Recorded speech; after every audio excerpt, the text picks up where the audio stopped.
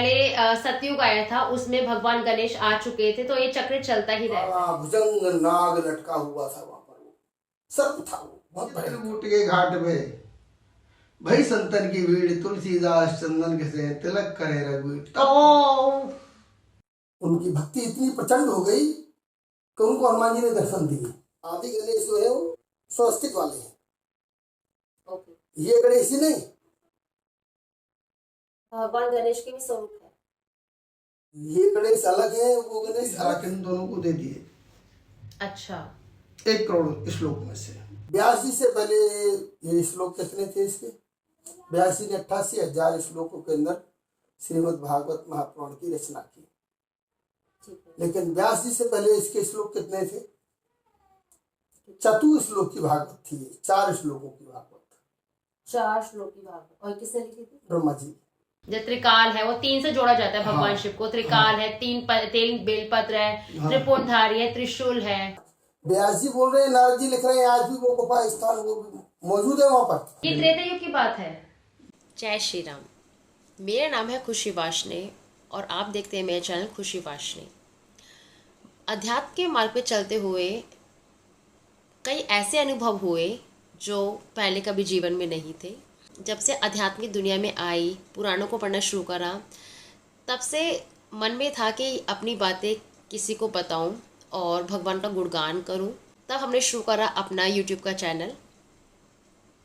भगवान के गुणगान करते हुए, भगवान कथाओं का बखान करते हुए यूट्यूब पर मैंने बहुत सारी वीडियो अपलोड करी, शॉर्ट्स के माध्यम से, लॉन्ग वीडियो के माध्यम से। और आप सबका इतना सारा सपोर्ट मिला, उसके लिए तहे दिल से शुक्रिया। आज से मैं अपने चैनल पर शुरू कर रही हूँ पॉडकास्ट की एक यात्रा। हमारे पॉडकास्ट के अंदर उन सभी लोगों का स्वागत है जो अपने विचार रखना चाहते हैं अध्यात्म से जुड़े हुए, और वो जिस भी फील्ड में काम करते हैं हमारे पॉडकास्ट चैनल पर आए और अपनी राय बताएं। पॉडकास्ट की इस यात्रा में मेरे साथ हैं आज मेरे पहले गेस्ट, जिनका नाम है रंजन शर्मा जी। रंजन शर्मा जी हैं सनातन धर्म के प्रति जागरूक, और उन्होंने हमें ऐसी ऐसी दिव्य बातें बताई जो शायद ही बहुत कम लोगों को पता होगा। जब हम पॉडकास्ट शूट कर रहे थे तब उनकी जो बातें थी, गुणगान था भगवान का, बहुत ही अच्छा था। और उनके साथ बात करके, उनके व्यूज़ जान के बहुत अच्छा लगा। उम्मीद करती हूँ आप सबको हमारा ये एपिसोड बहुत पसंद आएगा। कहते हैं हर एक सनातनी घर में शस्त्र होने चाहिए और शास्त्र होने चाहिए। शास्त्र वो होते हैं जिनका हम अध्ययन करते हैं और अपने हिस्ट्री को जानते हैं। इसमें हमारी रचना से लेकर सभी तरह का ज्ञान छुपा है। हर एक स्नातक को अपने शास्त्रों ज्ञान अवश्य होना चाहिए, जो हमें जीवन में आगे बढ़ने के लिए सहायता करते हैं। हमारे शास्त्र हमारे लिए ही उपयोगी है बहुत ज़्यादा। और शस्त्र वो होते हैं जो हम अपनी रक्षा के लिए रखते हैं घर में, जैसे कि तलवार, त्रिशूल, धनुष वगैरह। जो भी आपको लगे, हर एक सनातनी घर में एक शस्त्र ज़रूर होना चाहिए अपनी सुरक्षा के लिए। भगवान गणेश का नाम लेते हुए अपने इस पॉडकास्ट को शुरू करते हैं। आप सभी का स्वागत है मेरे पॉडकास्ट की यात्रा में। उम्मीद करती हूँ आपको मेरी इस यात्रा में बहुत अच्छा अनुभव होगा। अगर आप मेरे चैनल पे नए हैं तो हमें सब्सक्राइब कीजिए यूट्यूब पर और फॉलो कीजिए इंस्टाग्राम पर। और अगर आपने मेरा चैनल पहले से ही सब्सक्राइब किया हुआ है तो शेयर कीजिए, लाइक कीजिए और अपने सगे संबंधियों को हमारी वीडियो अवश्य भेजिए। जय श्री राम। भगवान राम कौन है? भगवान राम देखिए, वैसे तो हमारे जितने भी 24 अवतार हैं हमारे शास्त्रों के अंदर भगवान के, अच्छा, भगवान विष्णु के 24 अवतार हैं। ठीक है। और ये 2 ही अवतार मुख्य हैं, बाकी तो सब अंश अवतार हैं। हाँ जी। राम कृष्ण ये 2 अवतार पूर्ण रूप से हैं भगवान के। अच्छा, बाकी जो 22 अवतार हैं वो सब अंश अवतार हैं। जैसे भगवान राम का जो चरित्र है, भगवान राम का चरित्र कहा जाता है कि रामायण के रूप में है। जी, जी, तो जी। भगवान राम का जो चरित्र है रामायण के रूप में, वो कब, किसने लिखी, क्यों लिखी और क्या जरिया था लिखने का? देखिए, सबसे पहले जो बात ये आती है आपकी कि कब लिखी, किसने लिखी। हाँ जी। सबसे पहले लिखने वाले हम तो सभी लोग जानते हैं, ज्यादातर बोले वाल्मीकि जी ने रामायण की रचना की। अच्छा। उसके बाद में गोस्वामी तुलसीदास जी ने लिखी, लेकिन उससे पहले भी इसकी रचना हुई। और उससे पहले भी? हाँ जी। ठीक है। जैसे कि गोस्वामी तुलसीदास जी रामचरितमानस लेके बैठते हैं पढ़ने के लिए, तो उसके अंदर एक छपाई आती है, रच महेश मानस मन राखा। भगवान शिव ने सबसे पहले इसकी रचना की अपने हृदय के अंदर। और ये कौन से युग में की थी? ये तो त्रेता के, सतयुग त्रेता उससे पहले की बातें हैं। अच्छा, जैसे हमारे कल्प अभी 7वां चल रहा है। हाँ जी, श्वेत वराह, उससे पहले लिखी थी। हाँ जी। अब जैसे कि हम सब बोलते हैं, संकल्प बोलते हैं अष्टादशवें कलयुग, 28वां कलयुग चल रहा है। 28वां यानी 27 बार कलयुग आके जा चुका है, ये 28वां कलयुग चल रहा है। ऐसे ही सतयुग, त्रेता, द्वापर, ये सब जा चुके हैं। एक बार नहीं, पहली बार कुछ नहीं हो रहा है। हाँ जी, हाँ जी। तो उसके हिसाब से तो कोई नहीं जान सकता कि भगवान शिव ने किस समय इसकी रचना की, लेकिन सबसे सर्वप्रथम इसको भगवान शिव ने अपने हृदय के अंदर विराजमान किया। भगवान ईस्ट, भगवान शिव की ईस्ट भगवान राम जी, वो उनको मानते हैं, वो उनको आते हैं। भगवान शिव राम की स्थापना आराधना करते हैं और शिव राम की आराधना करते हैं। ठीक है। ये दोनों एक दूसरे के पूरक हैं। हाँ जी, ठीक है।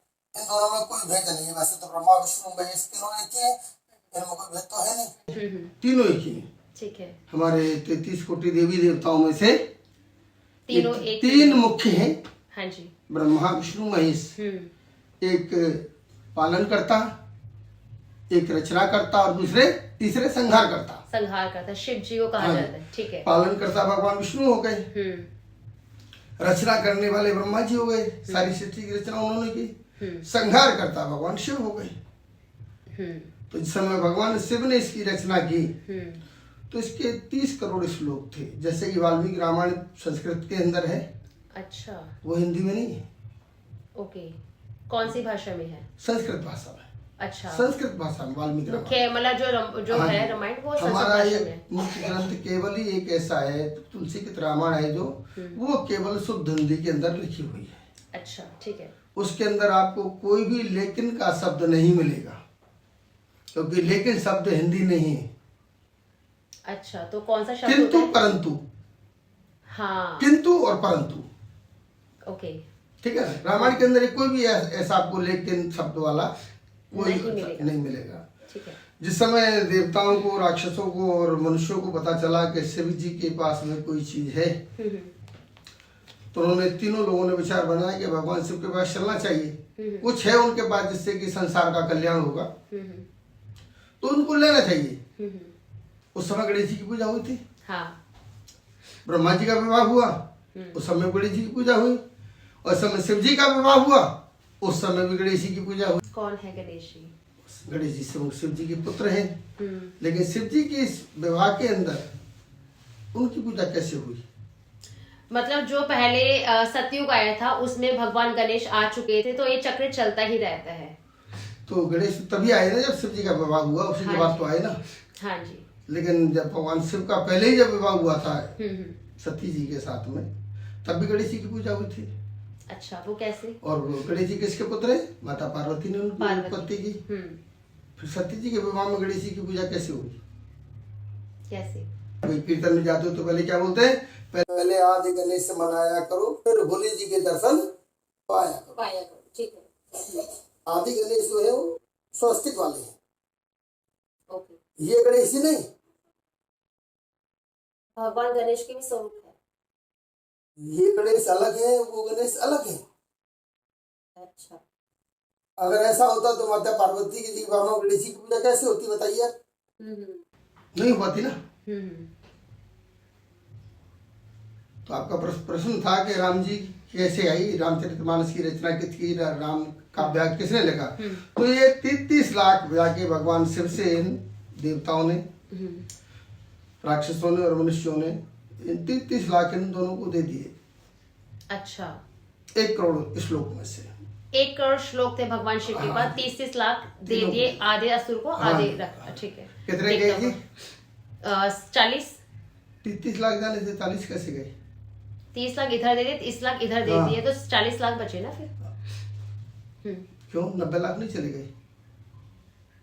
आप छोड़िए ना, 3 जगह दिए क्या? हाँ 3 जगह दिए ना। अच्छा, 3 जगह दिए। हाँ, अच्छा, 10 लाख बचे फिर। 10 लाख बचे ना। ठीक है। फिर भी लेकिन ना तो देवताओं की पूर्ति हुई, ना दे मनुष्यों की, ना राक्षसों की। उन श्लोकों से भी पूर्ति हाँ नहीं हुई। नहीं, ठीक बोले है। महाराज ये तो कम है और दीजिए। ठीक है। फिर 30,000 दे दिए उन सबको। हाँ, अच्छा। फिर भी पूर्ति नहीं हुई। बोले महाराज अभी कुछ और भी बचा है। बोले और क्या? बोले कुछ और है, 10,000 शेष रहता है ना। हाँ। उसमें से भी भगवान ने उनको बराबर बांट दिए। ठीक है। बोले महाराज अभी भी कुछ और बचा है। बोले क्या बचा है? महाराज 1 और बचा है भी आपके पास। अच्छा। भगवान शिव ने 99,99,000 श्लोक बांट दिए। बोले महाराज एक और बचा है। बोले क्या बचा है? बोले राम है, वो मैं आपको नहीं दे सकता, वो तो मेरे इष्ट हैं, वो मैं किसी को नहीं दूंगा। अच्छा, जो एक बचा था भगवान पास की, हाँ, भगवान वो उनके हृदय राम के का। अंदर आज भी राम का वास है। राम का वास आज भी उनके हृदय के अंदर है। जैसे कि भगवान राम के अंदर भगवान शिव जी का अंश है, उनके अंदर हमेशा भगवान शिव रहते, विराजमान रहते। ऐसे ही राम जी के अंदर भगवान शिव है और शिव के अंदर राम है, ये दोनों एक ही है। भगवान शिव के मस्तक पर एक तीसरा नेत्र है। अच्छा, हाँ, भगवान शिव के मस्तक में तीसरा नेत्र है, वो है या क्यों नहीं? है? हाँ, ऑफ कोर्स है। ना? त्रिनेत्र कहा जाता है भगवान त्रिनेत्र शिव को। हाँ जी। क्यों कहा जाता है? 3 नेत्र किस देवता के हैं? किसी के नहीं। जो त्रिकाल है वो 3 से जोड़ा जाता है भगवान हाँ, शिव को। त्रिकाल है, 3 बेलपत्र है, हाँ। त्रिपुंडधारी है, त्रिशूल है, लेकिन तीसरा नेत्र है काली माता के। तो जिस समय भगवान राम ने रामेश्वर की स्थापना की थी, ठीक है। रावण का वध किया, तो वो बहुत से देखिए युद्ध के अंदर ये नहीं देखते कि यही अपराधी है दूसरा। युद्ध के अंदर जो सामने आता है वो सब कोई जाना पड़ता है। तो माता सीता को भी ऐसा लगा कि ब्रह्म हत्या, रावण कौन था? बहुत बड़ा ज्ञानी था, हाँ, चारों वेदों का ज्ञाता। ज्ञाता था। हाँ जी, हाँ जी। एक रावण संहिता है ज्योतिष की, ज्योतिष में सबसे आगे, अच्छा। विद्वान सबसे बड़ा शिव तांडव स्तोत्रम उन्होंने किया था।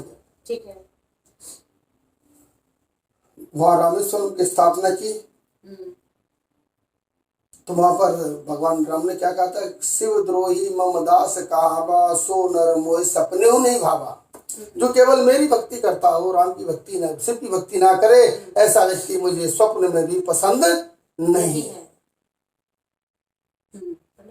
अब मैं आपको बात बता रहा था कि भगवान शिव के तीसरा नेत्र, जहां तक मैंने पढ़ा है और देखा है, सुना है संतों से, कि जब वो रावण का वध करके आए तो ब्रह्म हत्या लगी।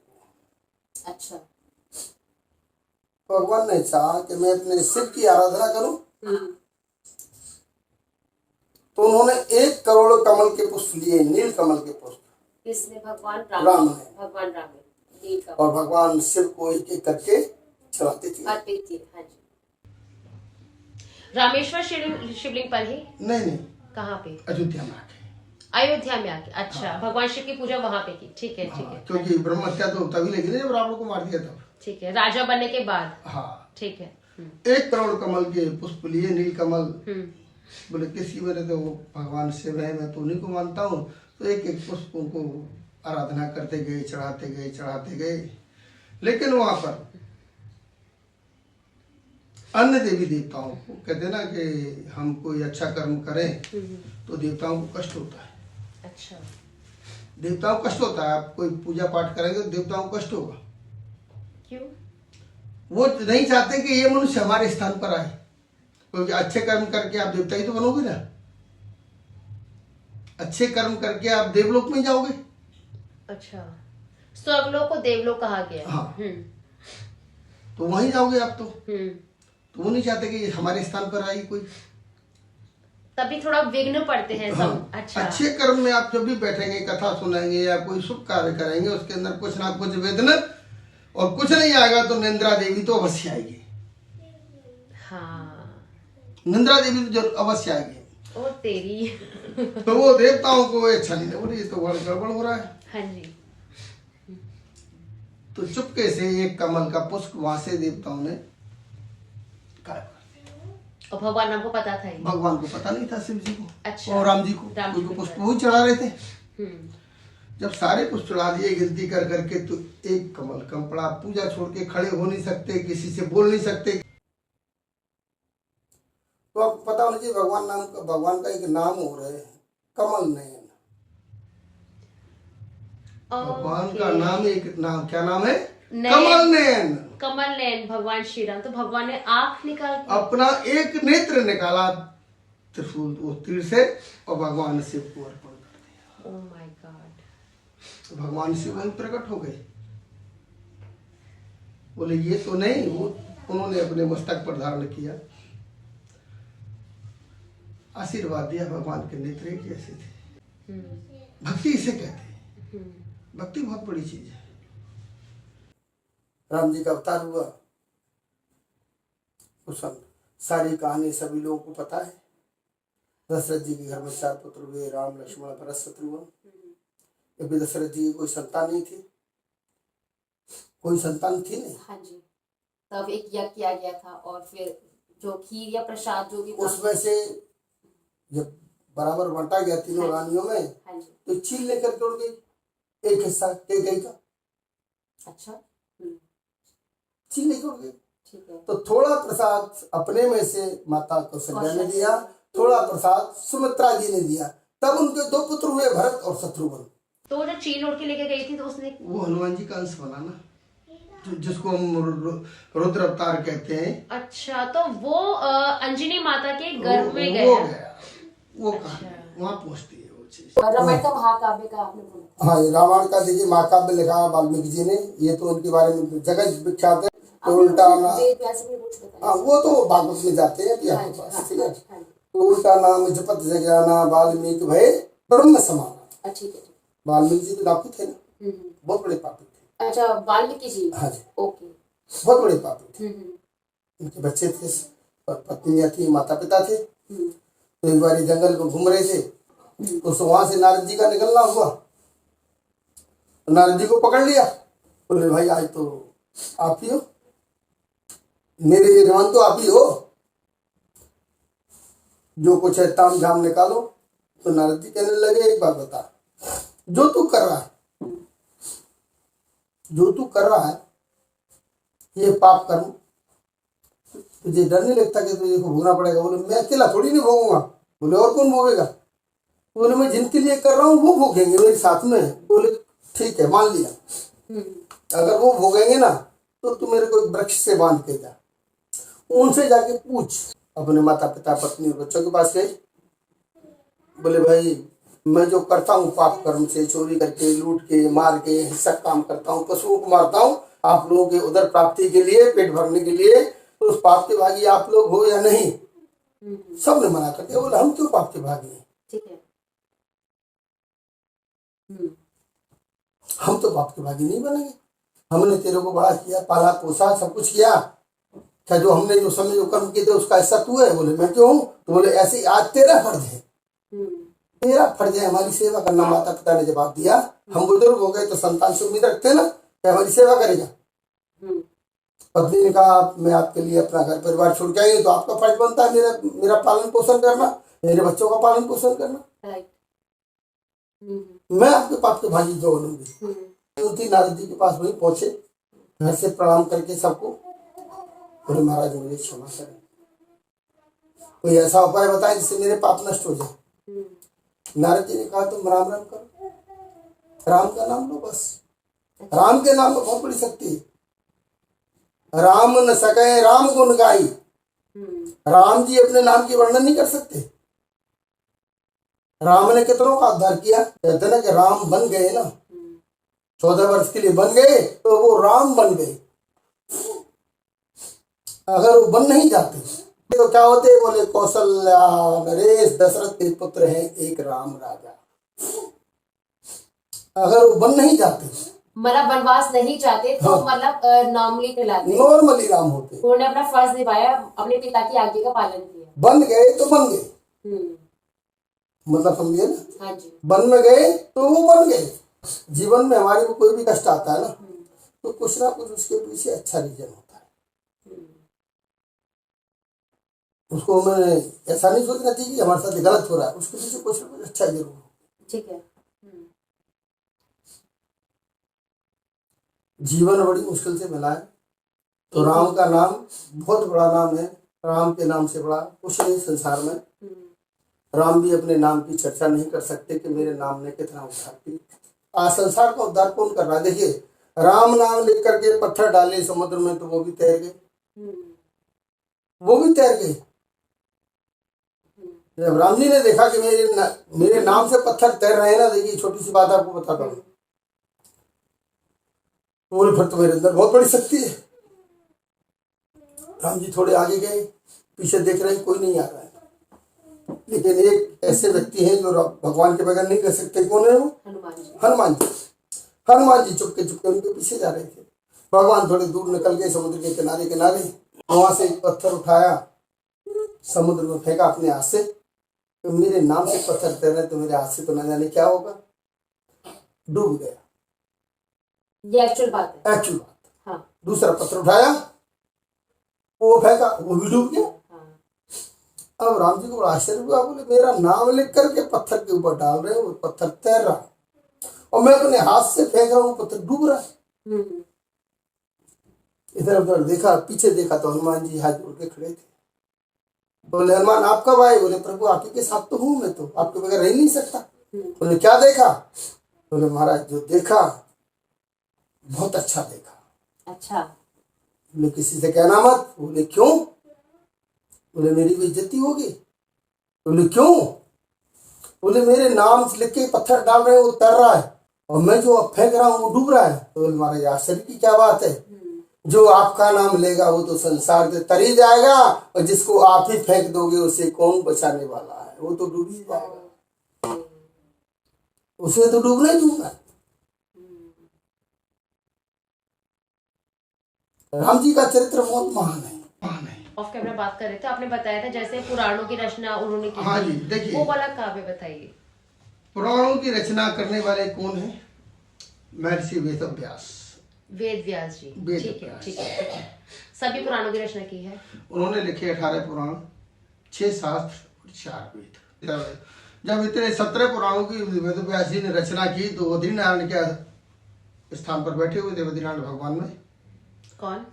वेद व्यास जी। अच्छा। तो वहां उनके नारद जी का गुजरना हुआ। कहते ना हमारे मन में अगर कोई टेंशन हो, कोई चिंता हो तो चेहरे के ऊपर अपने आप उदासी नजर आती है। ठीक है। सबसे बड़ा कैमरा कहाँ है? हमारा चेहरा सब कुछ बता देता है। इंसान ये खुशी है या दुखी है या चिंता में बैठा है। जब वेद व्यास जी वहां बैठे थे तो नारद जी ने नारद जी को प्रणाम किया। बोले प्रभु प्रणाम। बोले खुश रहो पुत्र। बोले आपको चिंतित नजर आ रहे हैं। बोले नहीं ऐसी कोई बात है। बोले हाँ कुछ चिंतित हो। बोले हाँ हूँ तो सही। बोले मेरे हृदय को शांति नहीं मिली। हम कोई भी कार्य करते हैं घर तो हमें हमारे शांति के लिए करते हैं ना, कि हमारे हृदय को शांति मिले, हम शांति से रहें। बोले इतना कुछ करने के बाद भी मेरे हृदय में शांति नहीं है। बोले कारण? बोले कारण तो मुझे भी नहीं पता। तो नारद जी ने सोचा, बोले आपने 17 पुराण ऐसे लिखे जो कि हर व्यक्ति की समझ में नहीं आ सकते वो। ठीक है। बोले तब किसकी समझ में आएंगे? बोले महाराज कुछ ऐसा करो तो 17 पुराणों के अंदर है वो उस पुराण के एक ही पुराण के अंदर हो और जो उस पुराण में हो किसी अन्य ग्रंथ में ना हो। वो राजी हो गई। ठीक है। बोले ठीक है मैं ऐसा कर सकता हूँ, लेकिन मैं उम्र ज्यादा होने के कारण लिखने में भी मेरे हाथ थोड़े कांपने लगे हैं, थोड़ी दृष्टि की भी प्रॉब्लम है। तो बोले तो क्या चाहते हो? बोले कोई आप लेखक दे दो आप मेरे को, मैं ये कार्य कर सकता हूँ। उन्होंने कहा ठीक है लेखक मैं देता हूँ आपको। बोले कौन है? गणेश जी को याद किया। भगवान गणेश को जी। ठीक है। गणेश जी तुरंत उपस्थित हो गए। बोले महाराज आज्ञा करिए। बोले वेद व्यास जी जो बोलेंगे वो आपको लिखना है। गणेश जी ने थोड़ा सोचा। बोले महाराज लिखूंगा लेकिन मेरी एक शर्त है। बोले क्या? बोले जब तक ये बोलेंगे मैं तभी तक लिखूंगा, जहां उन्होंने बोलना बंद किया मेरी कलम वहीं रुक जाएगी, उससे आगे मैं नहीं लिखूंगा। ठीक है। तो नारद जी कहने लगे व्यास जी क्या कहते हैं? बोले ठीक है लेकिन जो भी मैं बोलूंगा जब तक इनकी समझ में ना आए तब तक वो लिखेंगे नहीं। अच्छा समझना भी जरूरी है। समझना जरूरी है। ठीक है। खाली लिखने से काम नहीं चलता। व्यास जी को संध्या वंदन करना हो, अच्छा भगवान की भोग लगाना हो, खुद को प्रसादी पानी हो, उस समय एक ऐसा श्लोक बोल दे क्योंकि नारद जी की समझ में नहीं है, गणेश जी की समझ में नहीं। हाँ वो उतनी देर में अपना काम करके सारा आ जाए, तब तक गणेश जी उसी में लगे रहे। बोले इसका उन्होंने कहा बोले ठीक है। जब व्यास जी बोले महाराज इसका मतलब क्या हुआ? बोले इसका मतलब ये है आप ऐसे लिखिए इसको। आप जिस समय बद्रीनाथ जाते हो ना, हाँ जी। तो वहां पर व्यास गुफा है, हम्म। वहां पर व्यास गुफा है। अच्छा। व्यास जी बोल रहे हैं, नारद जी लिख रहे हैं, आज भी वो गुफा स्थान वो भी मौजूद है वहां पर। ये बद्रीनाथ में जगह है जी हाँ, जहाँ पे लिखी गई है। हाँ जी। अच्छा, कौन सा पुराण है ये? श्रीमद् भागवत महापुराण। श्रीमद् भागवत महापुराण। जब दर्शन करके आएंगे तो वहां से 4-5 किलो 3-4-5 किलो माड़ा गांव पड़ता है, उससे थोड़ा और आगे चलेंगे तो भीम पुल पड़ता है। कई लोगों ने सरस्वती नदी के दर्शन नहीं किए, वहाँ पे वो नदी है। सरस्वती नदी केवल वही नजर आती है बद्रीनाथ के अंदर, और वहीं पे शायद लुप्त हो जाती है। वहीं पर लुप्त हो रही है। ऐसा आगे जाके 1 किलोमीटर सरस्वती जी किसी को दिखाई नहीं जाती। देखिए प्रयागराज हम लोग जाते हैं स्नान करने के लिए त्रिवेणी में, वहाँ गंगा जमुना का संगम नजर आता है, सरस्वती कहीं नजर नहीं आती। लेकिन तीनों है, त्रिवेणी नाम तभी तो है ना, लेकिन सरस्वती गुप्त रूप से है वहां पर, गुप्त रूप से। व्यास जी ने रचना कर दी, गणेश जी ने लिख दी। अब समस्या ये आई कि इसको सबसे पहले पढ़े कौन। व्यास जी से पहले इसके श्लोक कितने थे? 4 श्लोक की भागवत थी, 4 श्लोकों की भागवत, 4 श्लोक की भागवत। और किसने लिखी थी? ब्रह्मा जी, ब्रह्मदेव ने लिखी। ब्रह्मदेव। अच्छा। 4 श्लोक की भागवत, लेकिन व्यास जी ने उसके 4 श्लोक के 88,000 श्लोक कर दिए। 19 श्लोकों से? 19 श्लोकों से। अच्छा, इतना खोल के लिखा है? इतना खोल के लिख दिया। देखिए श्रीमद् भागवत के अंदर राम चरित्र बहुत शॉर्टकट में दिया हुआ है, बहुत शॉर्टकट में, लेकिन कृष्ण चरित्र उसके अंदर विस्तार से दिया गया है। अगर भागवत के अंदर कुछ है तो वो है कृष्ण चरित्र। अच्छा, कृष्ण चरित्र, ठीक है। पूरी भागवत कोई नहीं करता आज की तारीख में। पूरी भागवत जिस समय सुखदेव जी ने महाराज परीक्षित को सुनाई थी, 24 घंटे नॉन स्टॉप चली थी, एक सप्ताह तक। अच्छा, 1 सप्ताह तक 24 घंटे नॉन स्टॉप श्रीमद् भागवत पुराण। श्रीमद् भागवत पुराण। माता पिता कहते हैं कि हमने दिल से अपने बच्चे को पाल पोस के बड़ा किया है, अपना सब कुछ हमने इनको दे दिया। बच्चा बड़ा हुआ, उसकी शादी हुई, बच्चा कहता है मैंने अपना दिल अपनी पत्नी को दे दिया, अब तू मेरे लिए मैं तेरे लिए। पति कहता है मैंने अपने दिल से तुझे अपना लिया, तूने मुझे अपने दिल से अपना लिया। ब्राह्मण बानी है मेरी बात का, लेकिन दिल तो एक है ना। हाँ जी। और जब संतान हुई तो वही पत्नी कहती है मेरा तो दिल के बच्चा है, मेरे दिल का टुकड़ा तो ये है। तो दिल ना हो गया, कोई मंदिर का प्रसाद हो गया, हम उसको बांटने लग गए। अगर दिल देना है तो किसी एक को दो, वो है देने के लिए कौन? वो है ईश्वर। और ये दिल किसी और को देने के लिए नहीं है। इंसानी हम सब माया जाल में फंसे हैं। संसार में ऐसा कोई नहीं जिसे हम अपना दिल दे सकें। केवल एक ईश्वर है, उसी को हमने दिल देना है, वही मांगता है बस। सूरत बहुत बढ़िया। उसके बाद में देखिए रामचरितमानस की बात होती है, गोस्वामी तुलसीदास जी की। इन्होंने इतने चित्रकूट के घाट पे भई संतन की भीड़, तुलसीदास चंदन घिसे तिलक करे रघुवीर। अच्छा, भगवान के साक्षात दर्शन हुए उनको, तुलसीदास जी को चित्रकूट के अंदर। अब गोस्वामी तुलसीदास जी का ब्राह्मण के घर में जन्म हुआ। इनके पिता का नाम था आत्मराम दुबे। अच्छा, माता का नाम था हुलसी, और पत्नी का नाम था रत्नावली। अच्छा, तो इसको रत्नावली कहती थी। तो इनकी पत्नी इनकी गुरु बनी। पत्नी ही गुरु बनी? पत्नी को ही इन्होंने गुरु माना अपनी को। कैसे? जब गोस्वामी तुलसीदास जी का जन्म हुआ तो इनके पिता इनको गायत्री मंत्र भी पढ़ाते थे, तो पढ़ने के लिए इनका मन नहीं करता था। ऐसे थे। जब बड़े हुए, पढ़ लिख के थोड़े बड़े हुए, तो बोले अभी जब पुत्र बड़ा हो जाता है, पुत्री बड़ी हो जाती है, तो माता पिता को एक ही चिंता होती है, बोले इनका विवाह कर दिया जाए। रत्नावली से उनका विवाह कर दिया गया। अब रत्नावली से इतना प्यार करते थे, इतना प्यार करते थे, इसका कोई ठिकाना नहीं। हाँ जी। 1 सेकंड उसके बगैर रहते नहीं थे। हाँ जी, हाँ जी, ठीक है ना, रत्नावली से। तो एक दिन इनके माता पिता ने इनको किसी कार्य के लिए एक गांव से दूसरे गांव बाहर भेजा, कुछ सामान लेने के लिए। पत्नी को, तुलसीदास जी को। तुलसीदास जी। ठीक है, ठीक है। उधर में जो तुलसीदास जी के ससुराल वाले थे वो आए, तुलसीदास जी तो थे नहीं घर में। तुलसीदास जी घर में नहीं थे, वो तो बाहर गए हुए थे। ठीक है। तो बोले हम अपनी पुत्री को ले जाना चाहते हैं कुछ दिन के लिए मायके। मायके। बोले ले जाइए।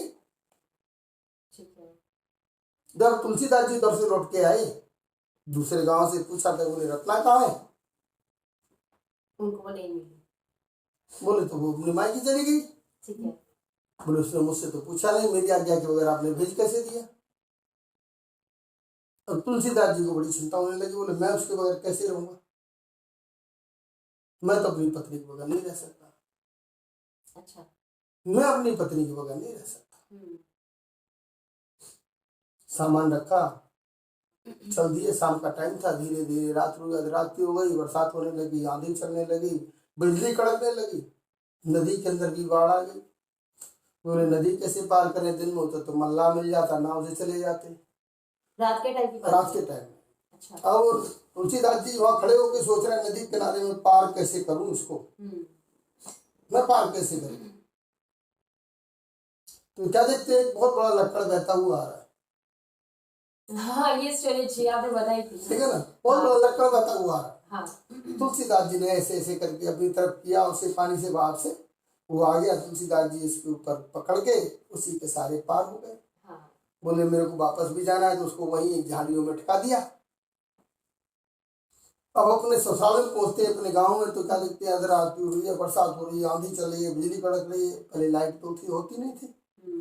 चारों अंधकार ही अंधकार। अपने ससुराल के मकान में पहुंचे, चारों तरफ से घर बंद है। घूमने लगे मकान के चारों तरफ। जब बिल्कुल पीछे पहुंचे तो क्या देखते हैं, जहाँ उनकी पत्नी का कमरा था, उसकी खिड़की के बराबर में एक रस्सी लटकी हुई। तुलसीदास जी को बड़ी खुशी हुई। बोले देखो रत्ना भी मुझसे कितना प्रेम करती है, उसे पता था कि मेरे बगैर नहीं रहेंगे ये, तो उसने पहले ही रस्सी लटका के छोड़ दी। हाँ। पहले रस्सी लटका के छोड़ दी, वो उसके साथ आरी चढ़ेगी। खिड़की को खटखटाया। हाँ। रत्नावली ने खिड़की खोली। बोले आप अंदर आए। बोले आप अंधेरी रात में ऐसे कैसे आ गए?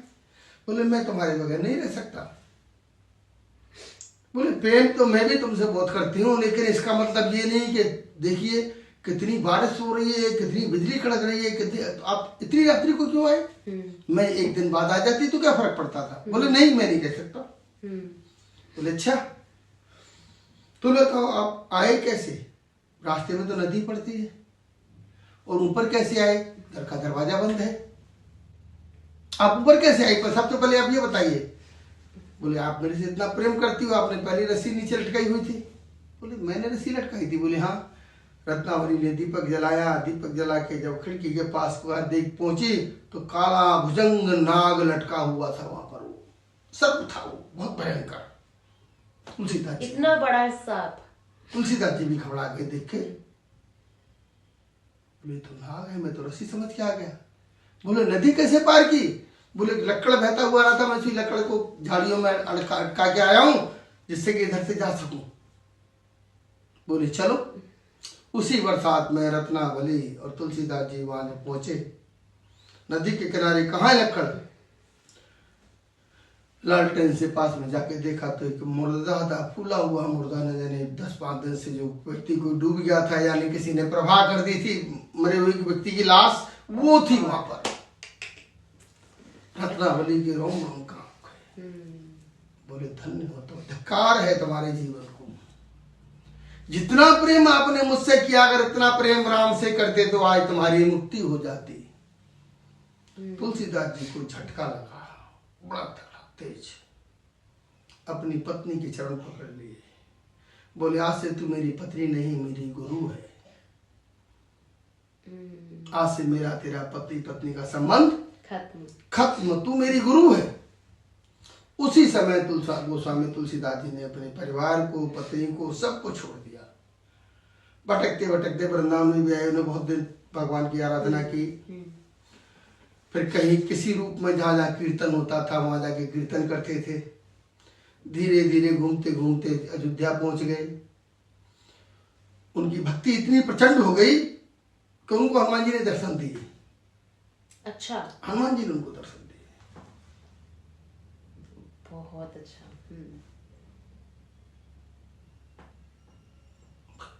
मतलब अपने स्वरूप में नहीं, हनुमान जी ने किसी उनको किसी रूप में, हाँ हाँ। दर्शन दिए।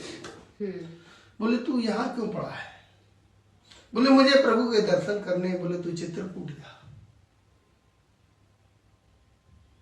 भगवान यहाँ से जा चुके हैं। उस समय भगवान वन के लिए जा चुके थे। वहां प्रतीक्षा करो आप, वहां आपकी मुलाकात होगी, भगवान आपको अवश्य दर्शन देंगे।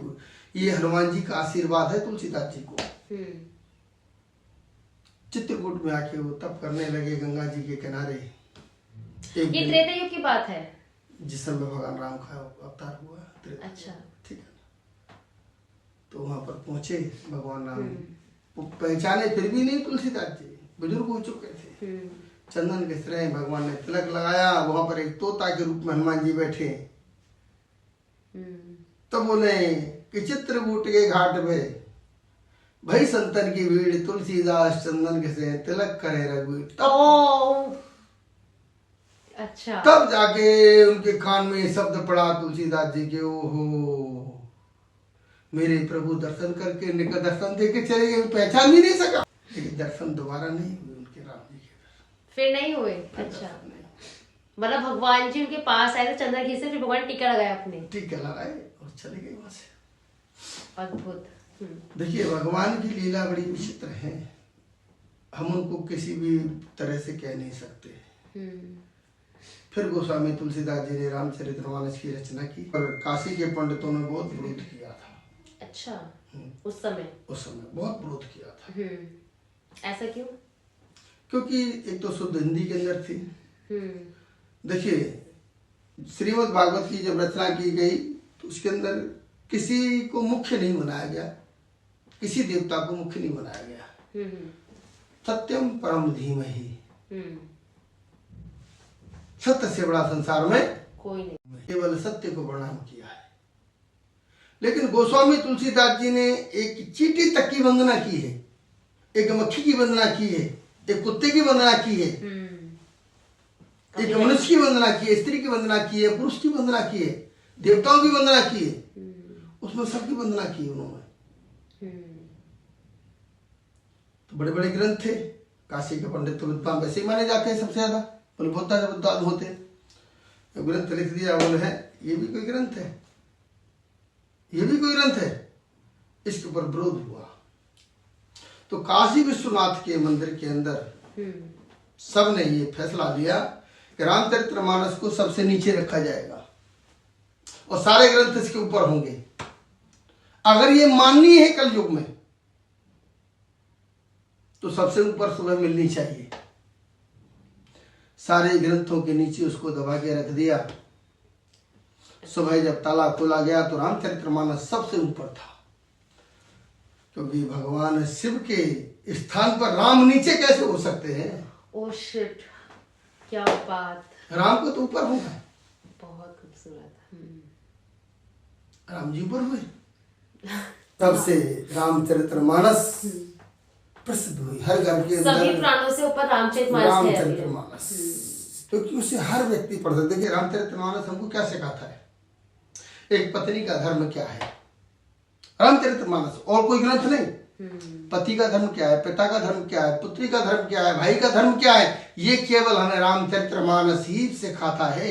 और जैसे पंडित जी कहा जाता है कि जैसे भगवान राम थे, उनका जो चरित्र था वो बहुत कठिन था। यहाँ थोड़ी सी आपकी बात सत्य है। राम जी का जो जन्म हुआ वो 16 कलाओं से निपुण थे। हाँ जी। लेकिन कृष्ण जी का जो जन्म हुआ वो 17 कलाओं से निपुण थे। एक कला ज्यादा उनमें, कृष्ण में। क्यों? क्योंकि राम मर्यादा पुरुषोत्तम थे।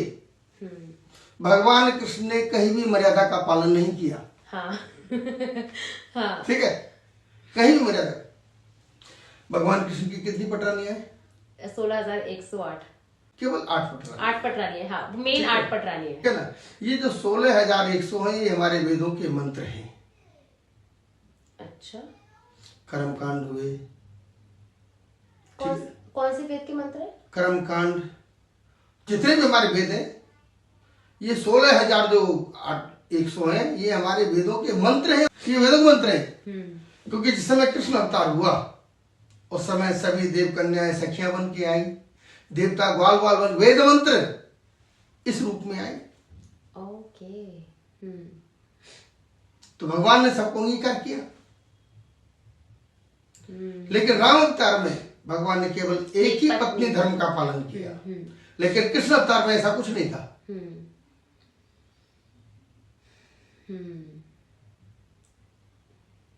ठीक है ना?